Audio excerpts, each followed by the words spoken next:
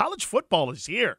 Bob Toledo, OC of the Aztecs, here with us now. Coach, thanks so much for coming aboard. A bunch of stuff to get to, Coach. Good morning to you. How you doing, Dan? All good. Hey, Coach, before we get into how the team looks so far in camp, and I can't believe we're already a week out from getting ready for college football, what did you make of the power conferences and the BCS, really pushing the NCAA around, saying they want to write their own rules and really set up their own way of doing business?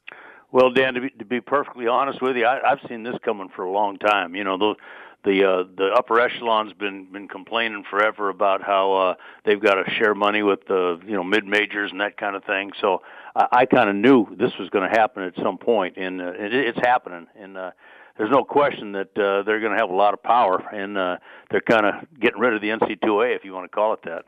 Bob, here's my problem too. National Letter of Intent Day. I'm going to do this now. Before it would be about my family looking at the best institution for me to go and get a college education. My family's not going to be sitting at Letter of Intent Day going, well, Michigan has a 100,000-seat stadium. Neyland at Tennessee has a 97,000. Penn State has 100,000.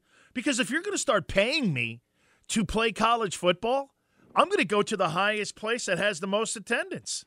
Well, it has a lot to do with it, and I remember when I was at UCLA, my first head coaching job, and Rocky Long was my defensive coordinator. Our first two games were against Tennessee and Michigan, so I know exactly what you're talking about.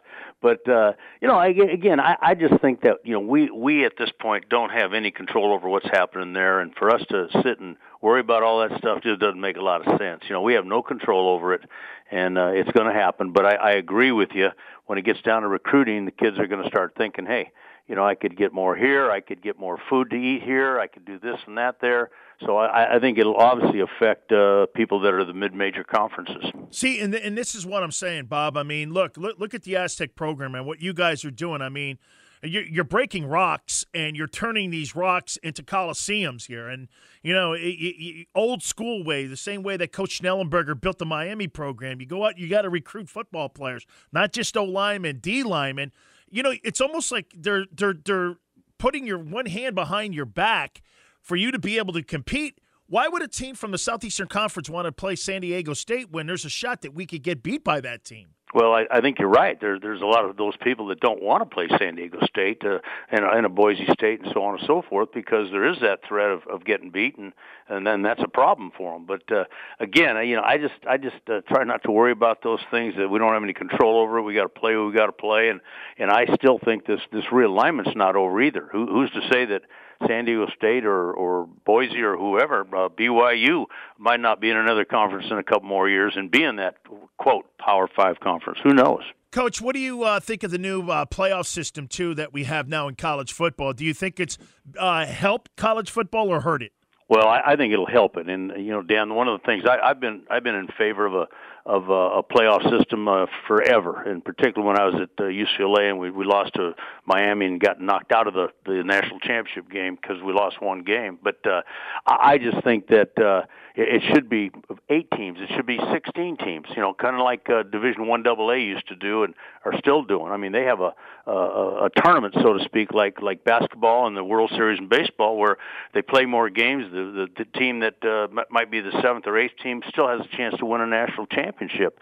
And I think the other thing is if you do that and you play eight games or so, all of a sudden you're going to get a lot more money. I'm talking about billions of dollars. And when you start talking about TV money and all this and making billions, then all of a sudden you're able to pay the athletes. You're not only able to pay football players, but baseball players, basketball players, girls basketball, track, so on and so forth. I think they can make a ton of money, and that would help everybody. Bob Toledo, OC Aztecs, here on San Diego Sports Leader, the Mighty 1090. Coach, how's the team look so far in camp? Well, right now we're a little tired. Today's basically our last day of this double session thing, and we're starting to prepare for Northern Arizona right now. But we're a little leg weary, a little tired. But if I had to say right now, I think from an offensive standpoint, I think we're ahead of where we were last year at this time.